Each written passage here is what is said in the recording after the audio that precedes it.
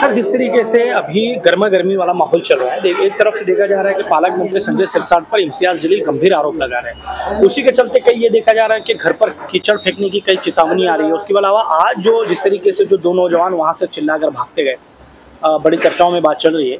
आखिर कब खत्म होगा? क्या इसको देखा जाए एक तरफ दलित समाज जो है अट्रॉसिटी दाखिल कर रहा है, ये सारे इश्यू आपके सामने। आप शहर अध्यक्ष, आप क्या कहना चाहेंगे इस बारे में?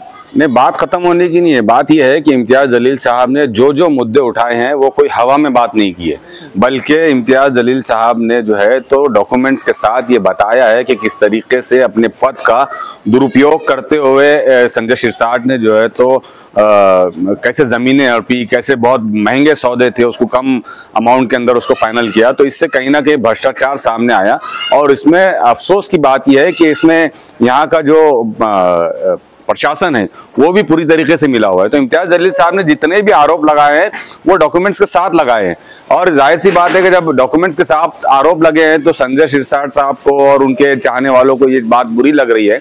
और जिस शब्द को लेकर इम्तियाज जलील साहब के ऊपर गंभीर आरोप लगाए जा रहे हैं या इम्तियाज जलील साहब को बदनाम करने की कोशिश की जा रही है या फिर दलित मुस्लिम इत्तेहाद को तोड़ने की कोशिश की जा रही है, वो शब्द दरअसल लिखा हुआ था सरकारी डॉक्यूमेंट्स के अंदर ही लिखा हुआ शब्द है। वो ऐसा नहीं है कि इम्तियाज जलील साहब ने खुद के दिल से वो शब्द को कह दिया, बल्कि और कल इम्तियाज जलील साहब ने उसका खंडन भी किया, वो डॉक्यूमेंट्स भी पेश किए। लेकिन कहीं ना कहीं इनको अपनी जाती हुई सत्ता और खासतौर से गार्डियन मिनिस्टर की जो कुर्सी है, पालक मंत्री की जो कुर्सी है और इसका जिस तरीके से दुरुपयोग हुआ है, इसको बचाने के लिए इन्होंने जिस तरीके से ये एक नया जो है तो इशू खड़े करने की कोशिश कर रहे हैं और इम्तियाज जलील साहब को बदनाम कर। आज जिस तरीके से कुछ नौजवान जो है तो इम्तियाज साहब के घर के सामने से उनके ताल्लुक से अभद्र भाषा का इस्तेमाल करते हुए नारे लगाते हुए गए, ये बहुत निंदनीय है। इसकी जितनी मजम्मत की जाए वो कम है। इसके लिए असल जिम्मेदार पुलिस है। पुलिस की जिम्मेदारी बनती है कि जब इतना बड़ा मामला अगर शहर में चल रहा है तो इम्तियाज जलील साहब को बाकायदा सिक्योरिटी दे और 24 आवर सिक्योरिटी दे। ऐसा नहीं है कि इन 10 नौजवानों के चीखने चिल्लाने से इम्तियाज साहब पीछे हटेंगे, लेकिन अगर इस किस्म की हरकतों से शहर का अमन खराब होता है तो इसके लिए औरंगाबाद पुलिस जिम्मेदार रहेगी। पुलिस की जिम्मेदारी है कि ये हरकतें करने वालों के ऊपर सख्त कार्रवाई करे और इम्तियाज साहब को सिक्योरिटी फराहम करे। सर, अब जैसे आप कह रहे हैं कि भाई पुलिस ने इसके ऊपर काम करना चाहिए। लास्ट टाइम जब चेतावनी मिली थी, पुलिस का पूरा डिपार्टमेंट वहां पर नजर आया, मुझे डीसीपी साहब भी वहां पर थे। लेकिन आखिर कब तक ये चलता रहेगा मामला? पुलिस अपना काम जिस तरीके से करना है वो तो कर ही रही है। नहीं, पुलिस अपना काम नहीं कर रही है। पुलिस को अगर कहीं से कुछ मालूम पड़ता है तो आधा घंटा और 1 घंटे के लिए इम्तियाज साहब के घर के पास आके खड़े होती है, बाद में फिर चले जाती है। सवाल आपका यह है कि कब तक चलेगा ये मामला। तो जाहिर सी बात है कि इश्यूज भ्रष्टाचार को उजागर करना इम्तियाज साहब का काम था, वो उन्होंने किया। उन्होंने बताया कि कैसे औरंगाबाद की जनता की करोड़ों रुपए की प्रॉपर्टी को चंद कौड़ियों के मोल खरीदा गया, हकदारों को हक नहीं दिया गया।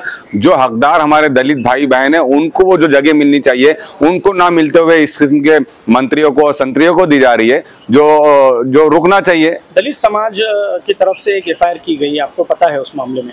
अभी कई सुर्खियों में बात चल रही है कि दलित समाज भी पूरी तरह नाराज नजर आ रहा है और इम्तियाज जलील साहब के ऊपर इस तरीके के FIR हुए हैं। इस मामले में आप किस तरीके से देखते हैं? दूसरी बात यह है कि वंचित भी बड़ा टारगेट कर रही है। कहीं ना कहीं वंचित का भी मानना है कि इम्तियाज जलील साहब ने उनके साथ में अब जो पुरानी बातें हुई है उस बात को लेकर नए इश्यूज सामने आ रहे हैं। नहीं, ये सरासर गलत इल्जाम है कि पूरा दलित समाज नाराज है। बहुत बड़ी तादाद में दलित समाज आज भी माशाल्लाह इम्तियाज साहब के साथ खड़ा है। लोग फोन करते हैं और कहते हैं कि आपने कम से कम हमारे हक की आवाज उठाई, हमारे लिए जो जगह, हमारे लिए जो जमीनें सरकार अलॉट कर रही थी वो इस तरीके के मंत्री और संतरी खा रहे थे, आपने आवाज उठाकर हम पर उपकार किया, ऐसा दलित समाज के लोगों का कहना है। तो और जो FIR दर्ज की गई है वो सीधे जो है तो सियासी दबाव के अंदर, मंत्री के दबाव के अंदर औरंगाबाद पुलिस ने की। औरंगाबाद पुलिस ने FIR दर्ज करने से पहले उसकी छानबीन करना चाहिए था और उसके बाद, और अगर असल में उस शब्द के इस्तेमाल को लेकर औरंगाबाद पुलिस इतनी सिंसियर है और वो वाकई उस शब्द के इस्तेमाल को गलत समझती है तो सबसे पहले कार्रवाई औरंगाबाद जिला कलेक्टर पर होना चाहिए। इसलिए कि जो डॉक्यूमेंट इशू हुए वो डॉक्यूमेंट जो है तो औरंगाबाद जिला कलेक्टर ऑफिस से इशू हुए। जैसे कि अभी कलेक्टर ऑफिस के सामने की मैं वही कह रहा हूँ ना आपको कि जो जगह दी गई है वो ऐसे गरीब, गोर गरीब दलित समाज के लोगों को लिए दिए गए। पिछले तकरीबन 2-2.5-3 महीने से बारिश के अंदर, धूप के अंदर हमारे कई दलित भाई बहन, महिलाएं जिला कलेक्टर ऑफिस के सामने बैठे हैं। उनके सर पर छत नहीं है। उनको जगह देने की बजाय, उनको घर बनाकर देने की बजाय पालक मंत्री खुद का घर बना रहे हैं, खुद के लिए होटल खरीद रहे हैं, खुद के लिए 10-10 एकड़ जगह खरीद रहे हैं। अगर आप वाकई दलित समाज के इतने कायरखा हैं, दलित समाज की अगर आप तरक्की चाहते हैं तो फिर ये इन बेसहारा बेघर लोगों के लिए आपने पहले घर देना चाहिए था। इनको क्यों नहीं घर दिया जा रहा है?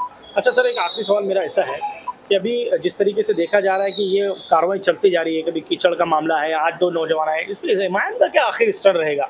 क्योंकि अब ये इस तरीके का मामला रुकने का नाम नहीं ले रहा है। इम्तियाज जलील साहब भी कुछ ना कुछ फिर आरोप लगाएंगे, फिर प्रति आरोप का दौर रहेगा, तो इस तरीके की चेतावनी आएंगी, तो एमआईएम आखिर क्या स्टैंड लेगा? नहीं, एमआईएम ने सबसे पहली बात तो ये है कि किसी स्टंट के लिए ये काम नहीं किया इम्तियाज साहब ने। इम्तियाज साहब ने गरीबों की, बेसहारा लोगों की आवाज़ उठाई, दलित समाज की वो आवाज़ उठाई जो बड़े बड़े नेता नहीं उठा रहे थे। उन्होंने कहा कि दलितों के लिए जो जगह देनी जानी चाहिए थी वो यहाँ की मंत्री और संतरी खा रहे। रहा सवाल एमआईएम क्या करेगी, तो एमआईएम हमेशा कानून कायदे के दायरे में रहकर काम करेगी। हम भी इस तरीके से चीखना चिल्लाना और किसी भी मंत्री के बंगले के सामने खड़े रहकर चीखना चिल्लाना जानते हैं और उनसे अच्छा जानते हैं, लेकिन हम ऐसा कोई काम नहीं करना चाहते जिससे समाज के अंदर अमन अमान बिगड़े।